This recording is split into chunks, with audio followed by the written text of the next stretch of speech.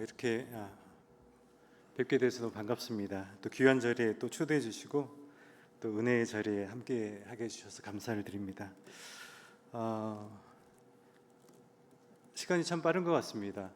2024년 시작한 것이 엊그제 같은데 벌써 12월 연말입니다. 대강절 보내고 있습니다. 우리 인생의 선배들은 흐르는 세월을 강물에 비유했었고요. 그곳에서 살아가는 우리의 삶을 길에 비유하곤 했었습니다. 노랫말 중에 이런 말 있죠. 인생은 나그네 길이라는 그런 가사도 있습니다. 성경에 보면 수많은 사람들이 자신의 인생을 길에 비유하곤 했었습니다. 구약 성경의 욥을 보면요, 욥이 이렇게 얘기하죠. 나의 가는 길을 그가 아십니다. 신약의 바울도 마찬가지입니다. 나의 갈 길 내가 다 간 후에. 이처럼 우리 신앙의 선배들은 인생을 길에 비유하곤 했었습니다. 참으로 적절하고 또 공감이 가는 표현인 것 같습니다.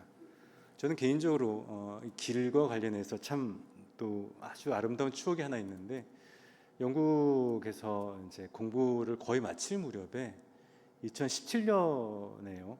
이제 박사 논문을 다 제출하고 나서 한 몇 달 정도의 시간이 좀 있었습니다. 논문 심사 받기 전까지. 그때 상당히 좀 긴장됐었는데, 뭐 어떻게 시간을 보내야 되나 이제 막 그러고 있었는데, 마침 교회 청년 한 명이 목사님 이 좋은 이 기회에 스페인의 산티아고 순례길 한번 가보시죠라고 이렇게 제안을 했었습니다.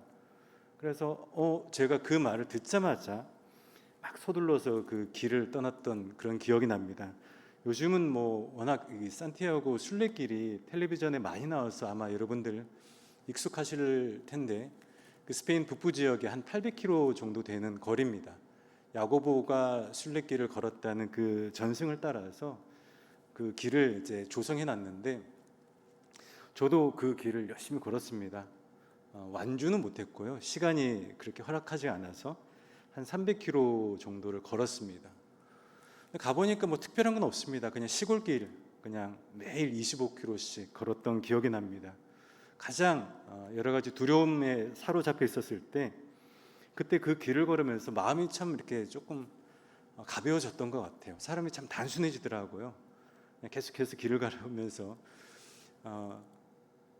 뭐 어디서 밥을 먹어야 될지, 사람이 참 단순해집니다.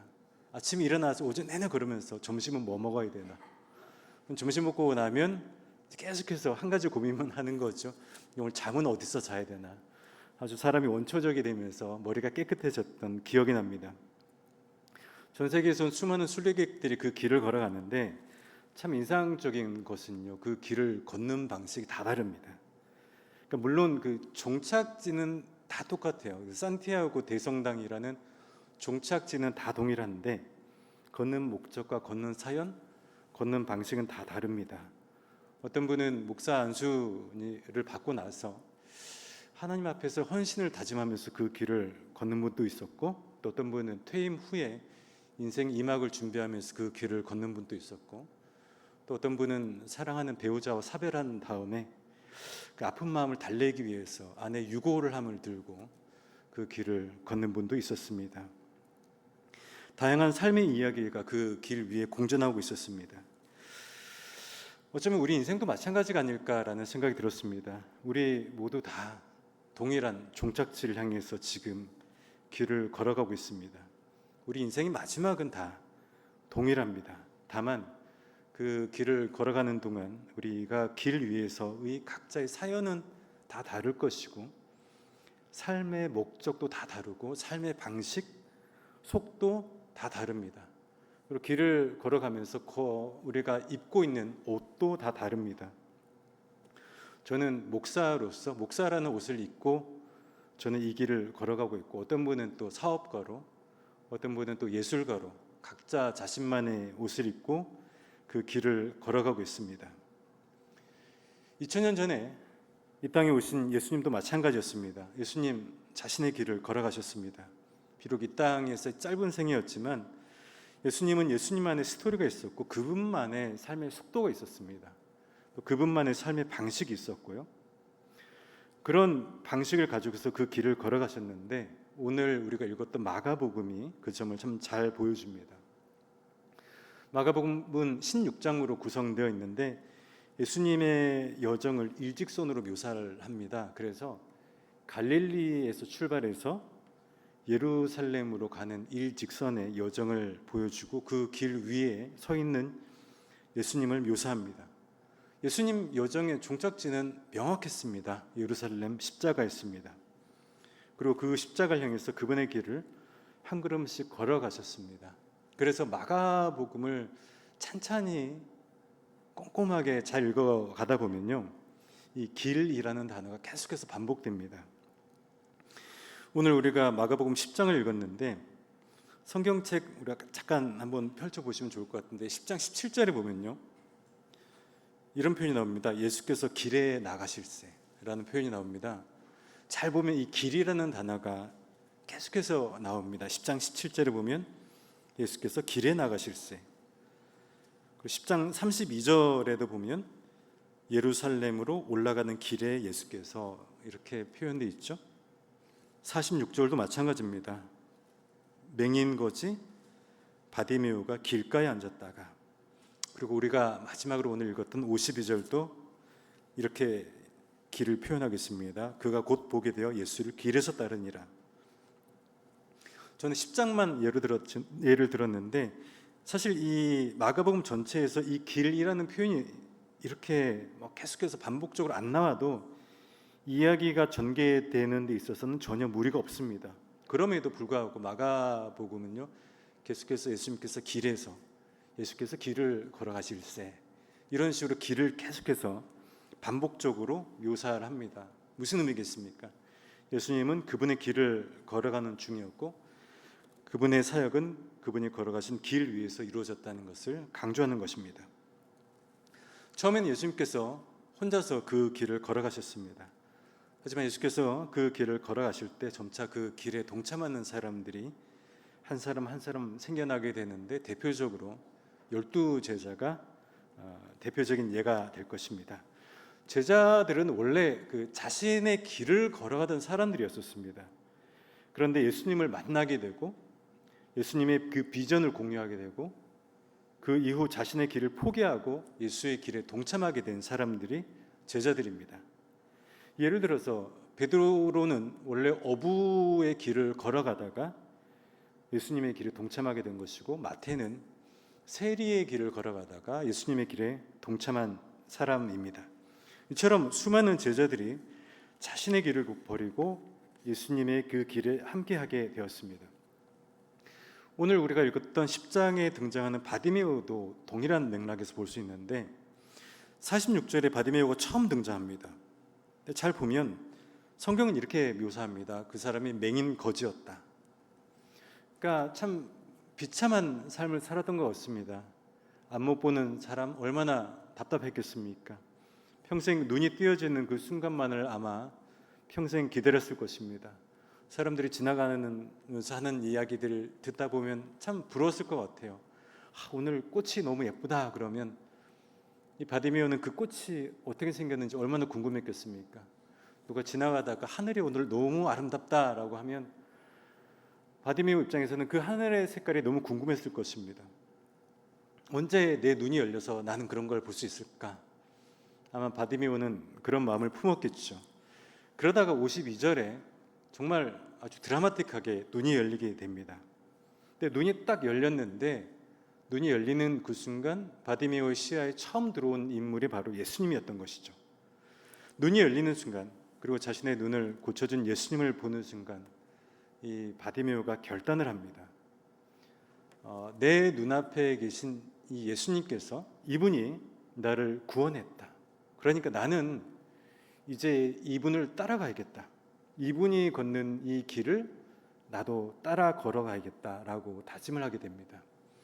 그래서 오늘 마가복음 10장 52절이 어떻게 끝이 나냐면요, 그가 곧 보게 되어서 예수를 길에서 따르니라, 이렇게 표현하고 있습니다. 참 아름답고 감격스러운 순간입니다. 눈이 열려서 예수님의 그 길을 따라 나섰다는 것입니다. 그런데 놀랍게도 이 바디메오가 따라 나섰던 그 길은 십자가의 길이었었습니다. 본문에서 이어지는 11장 이후에 예수님이 어디로 가냐면 바로 예루살렘으로 가신다는 것이죠. 즉 순환의 길, 죽음의 길로 접어들게 된다는 것입니다. 다시 말해서 평생 안 못 보던 이 맹인 거지 바디메오가 아주 극적으로 눈이 열려서요. 눈이 열리는 순간 이분이 나를 고쳐주었다 하면서 정말 기쁜 마음으로 따라 나섰는데 그 길에 바로 예수님 마지막 순환의 죽음의 한 주간이었다는 것입니다. 혹자는 그런 바디메오를 보면서 아마 이런 얘기 할런지도 모르겠습니다. 이 사람 참 불행하다고 말입니다. 그러니까 겨우 눈이 열렸는데 그럼 이제 좀 아름다운 꽃길을 걸으면서 아름다운 하늘도 보고 아름다운 풍경도 보면서 그렇게 살았더라면 참 좋았을 텐데 겨우 눈이 열려서 보게 된 첫 광경이 바로 예루살렘 십자가 죽음의 길이었기 때문에 그렇습니다. 하지만 저는 이렇게 이야기하고 싶습니다. 바디메오는 절대 불행한 사람이 아니라고요. 바디메오는 훌륭한 선택한 거 맞습니다. 그 이유는 그가 따라 나섰던 길은 가장 귀한 길이었기 때문에 그렇습니다. 바디메오가 따라 나섰던 길은 십자가의 길, 인류 구원의 길이었기 때문에 그렇습니다. 그리고 그가 눈이 띄어져서 목격한 그 장면은 바로 온 인류를 향한 어린 양 예수 그리스도의 구원의 현장이었습니다. 마가복음 10장 이후로 바디메오는 더 이상 성경에 등장하지 않습니다. 그런데 이 복음서에 이어서 사도행전을 계속해서 읽다가 보면 예수님의 십자가 죽음 이후에도 바디메오처럼 자신의 걷던 그 길을 버리고 나도 예수의 길을 따라 걷겠다라고 다짐한 그런 사람들이 생겨났다는 것입니다. 52절에서 바디메오가 곧 보게 되어 예수를 길에서 따르게 되었다고 이렇게 표현되어 있는데 이 바디메오처럼 물론 바디메오처럼 직접 예수님과 동행하지는 못했지만 예수님께서 걸어가셨던 그 길을 그 발자취를 나도 따라 걸어가겠다라고 다짐하는 사람들이 생겨나게 되고요. 그렇게 그 길을 따라 나섰던 사람들이 모여서 만들어진 공동체가 바로 교회입니다. 사도행전의 9장에 보면 우리가 오늘 찾지는 않겠지만 9장에 보면 이런 이야기가 나옵니다. 사도 바울이 원래 예수님 믿는 사람 핍박했던 그런 시절이 있었지 않습니까? 사도행전 9장 2절에 보면 사울이 예수 믿는 사람 핍박하러 갈 때 성경이 어떻게 표기하고 있냐면 사울이 돌을 따르는 사람들을 죽이러 갔다 이렇게 나와 있어요. 그러니까 초창기에 예수님을 따르던 자들에 대해서 명칭이 그 당시 명확하지 않았던 때에 외부에서 예수 믿는 사람 표현할 때 뭐라고 불렀냐면 저기 그 길을 따르는 사람들, 돌을 따르는 사람들 오늘 체포하러 가자 이렇게 얘기하고 다녔다는 것입니다. 그렇다면 왜 외부에서 그렇게 불렀겠습니까? 예수 믿는 사람들 스스로가 그렇게 고백했으니까 그랬다는 거예요. 예수 믿는 사람들 스스로가 모였을 때 우리는 돌을 따르는 사람들이다. 우리는 길을 걷는 사람들이다. 라고 스스로가 그렇게 고백했으니까 외부에서 그렇게 불렀다는 것이죠. 그들의 자기 정체성을 반영한다는 것입니다. 그리고 시간이 더 지나고 나서야 훗날 그 돌을 따르는 자들을 향해서 길을 걷는 자들 향해서 타이틀이 하나 붙여지게 되는데 그것이 바로 사도행전 11장 26절에 나오는 우리가 잘 아는 그리스도인이라는 표현입니다. 그러므로 그리스도인은 어떤 사람이냐면 예수님이 걸어가셨던 그 길을 따라 걸어가는 사람들, 바로 그 사람들이 그리스도인인 것입니다. 오늘 이 자리에 모인 우리 정읍중앙교회 우리 성도님들도 모두 마찬가지 아니겠습니까? 우리는 어디 가서든지 우리 스스로를 그리스도인이라고 고백합니다. 다시 말해서 우리는 모두가 다 공통적으로 예수님이 걸어가셨던 그 길을 따라 걸어가는 사람들이고 예수님께서 걸어가셨던 그 길 위에 서 있는 존재들이라는 것입니다. 그렇다면 예수의 길을 걷는다는 것은 어떤 의미가 있겠습니까? 바로 2000년 전에 예수님께서 걸어가셨던 그 예수님의 발자취, 그분의 발자취를 따라 사는 삶이 바로 그리스도인의 참된 삶일 것입니다.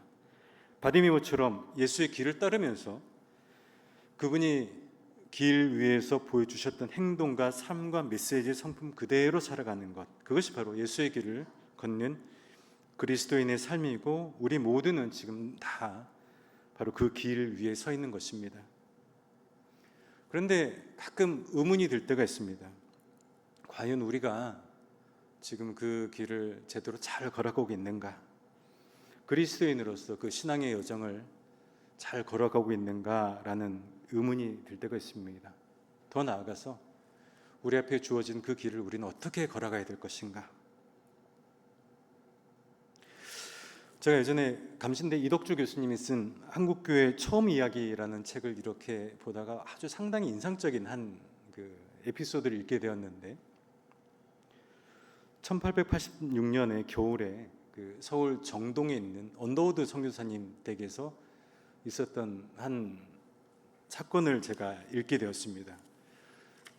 선교사님이 이제 그 언더우드 선교사님이 서울 정동에 자택에 있는데 겨울 밤에 누가 문을 쾅쾅쾅쾅 두드리더라는 것입니다. 그래서 나가 보니까 장정 3명이 딱 서 있는데, 선교사님 보자마자 세례를 주십시오라고 이렇게 얘기를 하더래요. 선교사님이 놀라서 누구십니까? 라고 이렇게 물으니까 그분들은 황해도 장현군 소래에서 올라온 청년들이었었습니다. 이야기를 들어보니까 이거예요. 그분들이 원래 소래에서 이렇게 평범하게 살고 있었는데, 그 만주에 인삼무역하러 가던 사람들이 인삼 무역하러 만주에 갔다가 만주에서 선교사님을 만나서 복음을 접하게 된 거예요. 그래서 그 사람들이 고향에 돌아와서, 소래로 돌아와서 친구들에게 복음을 전하게 되고, 그러면서 자연스럽게 이 황해도 장현군 소래에 신앙 공동체가 하나 만들어지게 된 것이죠.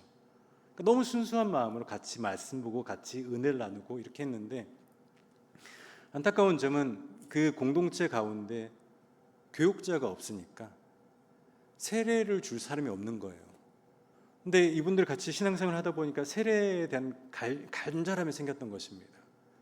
그래서 우리가 어떻게 세례를 받을 수 있을 것인가 막 수소문을 해보니까, 한양 땅에 가보면 파란 눈의 선교사님이 한 분 계시는데 그분이 세례를 줄 것이다, 이 이야기를 들은 거예요. 그래서 무작정 찾아왔다는 것입니다. 선교사님이 그 얘기 듣다 보니까 너무 감동적이잖아요. 그래서 일단은 그렇다면 세례라는 게 절차가 있으니까 세례 문답부터 먼저 해봅시다 해서 세례 문답을 딱 시작했는데 너무 대답을 잘하더래요. 근데 그렇다고 해서 생면부자의 사람들에게 바로 세례를 준다는 것도 좀 조심스러웠고, 그래서 언더우드 선교사님 잠깐 머뭇거렸다고 합니다. 그러자 이 3명의 장정이 갑자기 딱 뒤를 돌아서서요, 입고 있던 두루마기를 딱 벗었는데 이 등에 뭐가 있었냐면 나무 십자가가 있었대요. 선교사님이 여기 왜 나무 십자가가 왜 등에 있습니까? 라고 물으니까, 이분들이 그 황해도 장현에서 한양 땅으로 그 여정을 떠나기 전에 성경을 읽었는데 마침 그 구절이 마가복음 8장이었는데, 마가복음 8장 예수님께서 예루살렘으로 가시는 그 길 위에서 제자들에게 뭐라고 말씀하셨냐면, 나를 따르려거든 자기 십자가를 지고 나를 따르라, 이 구절이 있었지 않습니까?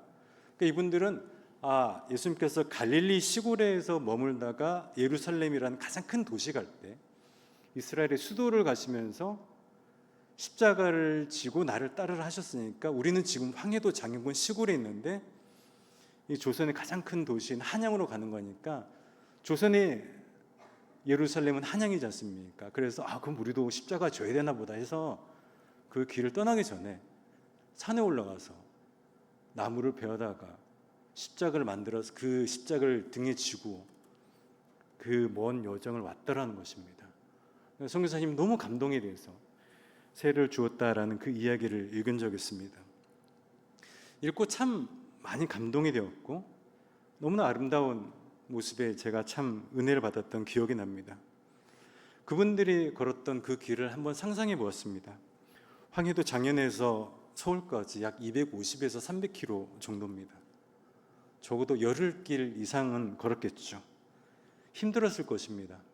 그냥 걸어도 힘든데 나무 십자가 지고 열흘 길 걷는다는 거 결코 쉬운 일 아닙니다. 근데 그럼에도 불구하고 그분들 마음속에는 큰 기대가 있었고 설레임이 있었을 것입니다. 왜냐하면 우리는 곧 선교사님 만나서 세례 받을 것이다. 그러면 세례 받을 때 예수님께서 세례 받을 때 들었던 그 하늘의 놀라운 음성, 이는 내 사랑하는 아들이요 내 기뻐하는 자라, 그 음성 우리도 분명히 듣게 될 것이다 라는 그런 기대감과 또 설레임이 있었기 때문에 그 길을 걸을 수 있지 않았겠습니까? 참 감동적입니다.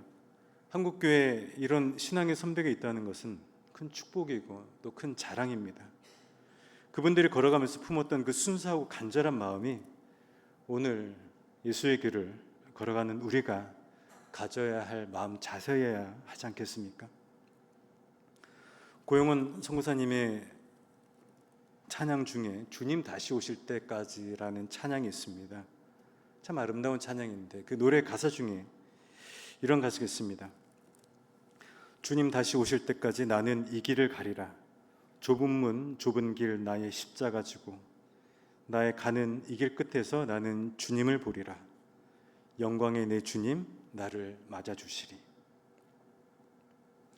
찬양 가수처럼 우리 모두는 우리의 십자가를 지고 이 길을 걸어가고 있습니다. 그리고 우리가 가는 이 길 끝에서 우리 모두는 다 주님을 보게 될 것입니다. 그 순간까지 주님을 간절히 사모하는 마음으로, 신실한 마음으로 십자가를 지고 신앙의 여정을 한 걸음씩 한 걸음씩 잘 감당해야 할 것입니다.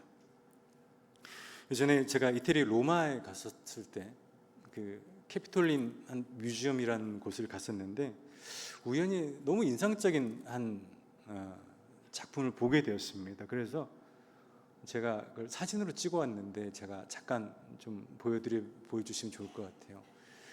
이 발바닥 사진이 있는데 라틴어로 이투스 레디투스라고 적혀 있어요. 출발과 도착이라는 작품이래요. 제가 너무 인상적이어서 설명을 잘 보니까 어떤 게 있었냐면 예전에 그 로마 사람들이요 먼 여정을 떠나기 전에 특히 이제 바다 길을 떠날 때 풍랑도 뭐 무섭고 여러 가지 또 위험한 요소들이 많지 않습니까? 불안하니까 항상 저 발판 위에서 출발할 때 저 발판 위에서 기도를 했다고 해요. 그러니까 아마 우측 발판인 것 같아요. 우측 발판에서 출발하기 전에 자기가 믿는 신에게 기도를 한다는 거예요. 제가 이제 먼 여정을 가는데 무사히 잘 돌아오게 해달라고 기도를 했다고 합니다. 그리고 그 여정이 다 마치면 안전하게 마치고 다시 고향으로 돌아오면 바로 집으로 가는 것이 아니라 먼저 일단 저 발판에 다시 한번 서서 기도를 하는데 그때는 왼쪽 발판에 서서 도착 발판에 서서 기도를 한다고 합니다. 잘 이 여정을 무사히 잘 마치게 해주셔서 감사하다고 그렇게 기도를 했다고 합니다. 근데 제가 저 돌판이 인상적이었던 것은 어쩌면 우리 신앙의 여정도 마찬가지가 아닐까라는 생각이 들었기 때문에 그렇습니다. 우리도 마찬가지 아니겠습니까? 저 우측 발판에서 우리도 모두가 다 우리 인생을 시작했었겠죠. 하나님께서 우리 등 뒤에서 우리를 세상으로 보내시면서 인생의 길을 시작하게 하셨고 그곳에서 우리 모두 다 첫 걸음을 떼었을 것입니다. 하지만 모든 인생의 여정을 다 마치고 나면 결국 우리는 저와 같은 출발했던 저 곳으로 다시 돌아오게 될 것입니다. 왜냐하면 나를 세상으로 보내셨던 하나님께서 그곳에서 나를 기다리고 계시기 때문에 그렇습니다. 그래서 우리도 마찬가지로 다시 돌아오면 저 왼쪽 발판 위에 서게 되겠죠. 그런데 주목할 점은 이 발바닥의 방향이 바뀐다는 것입니다. 세상을 향해서 출발할 때는 세상을 향해서 아주 호기롭게 용감하게 세상을 향해서 출발했겠지만 돌아올 때는 발의 방향이 바뀐다는 것입니다. 우리를 기다리는 주님을 향해 서서 주님을 마주하게 될 것입니다. 욥의 고백처럼 우리도 그런 고백하겠죠. 내가 주께 대하여 귀로 듣기만 하였사오나 이제는 눈으로 주를 배움나이다. 우리가 걷는 이 길 끝에서 우리 모두는 우리를 기다리는 주님 앞에 서게 될 것입니다. 그리고 그때 영광의 주님께서 우리를 맞아줄 것입니다. 그때 우리 등에 지고 있었던 그 무거운 십자가, 마치 소력교회 청년들이 300km의 먼 여정을 다 마치고 언더우드 선교사님 품에 안겨서 세례를 받으면서 그 무거웠던 십자가를 다 내려놓고 참된 평안을 누렸던 것처럼 우리도 인생의 길 마지막 순간에 십자가 내려놓고 감격으로 주님 품 안에 안기게 될 것입니다. 우리는 바로 그 순간을 향해서 한 걸음씩 한 걸음씩 나아가는 존재들입니다. 그것이 바로 예수의 길을 걷는 자의 삶, 바로 그리스도인의 삶인 것입니다. 그 길 마지막 순간까지 신실한 마음으로 우리는 한 걸음씩 이 길을 걸어가야 될 것입니다. 우리 신앙의 선배들은 인생을 길에 비유하곤 했었습니다. 특히 순례길에 비유하곤 했었습니다. 하지만 그 길이 늘 순탄치만은 않다는 것도 역시나 또 잘 알고 있었습니다. 그래서 다윗이 이런 고백을 한 적이 있는데, 인생을 살다 보니까요, 좋은 일도 있는데 선한 목자 되신 주님께서 나와 함께 하셔도 때로는 힘든 일도 있더라는 겁니다. 그래서 시편 23편에서 이런 고백을 하지 않습니까? 하나님께서 나와 함께 하셔서 너무 좋다라는 거죠. 푸른 초장과 쉴만한 물가로 인도하시니까 참 좋은데, 때로는 사망의 음침한 골짜기로 주께서 나를 인도하실 때도 있더라는 것입니다. 어쩌면 이것이 인생 아닐까라고 다윗이 깨달았던 것 같아요. 그래서 시편 23편을 기록했겠죠. 그런데 다윗이 그 어떤 길을 가든 시간에 변함없는 사실을 하나 고백하는데, 바로 우리 인생 여정 가운데서 주의 지팡이와 막대기가 항상 함께 하셨다는 것입니다. 예수의 길, 순례의 길을 걷는 우리 정읍중앙교회 모든 성도님들을 응원하고 축복합니다. 우리도 마찬가지로 신앙의 여정에서 평탄한 길을 만날 때도 있을 것이지만 또 험난한 길을 당연히 만나기도 하겠죠. 푸른 초장과 같은 쉴만한 물가와 같은 평탄한 길을 걷는다고 해서 너무 마음 편해서 너무 가볍게 또 경박하게 걷지는 않았으면 좋겠습니다. 또 반면에 사망의 음침한 골짜기와 같은 험난한 길을 걷는다고 해서 너무 두려워서 어깨에 축 늘어져서 또 힘없이 걷지도 않았으면 좋겠습니다. 그저 신실하게 한결같은 마음으로 우리의 십자가를 어깨에 짊어지고 예수의 길을 한 걸음씩 나아갈 수 있게 되기를 소망합니다. 그래서 이 길을 아름답게 잘 완주해서 생의 마지막 순간에 주님의 그 따스한 품 안에 감격스럽게 안기는 우리 모든 성도님들의 삶이 되기를 소망합니다. 기도하겠습니다.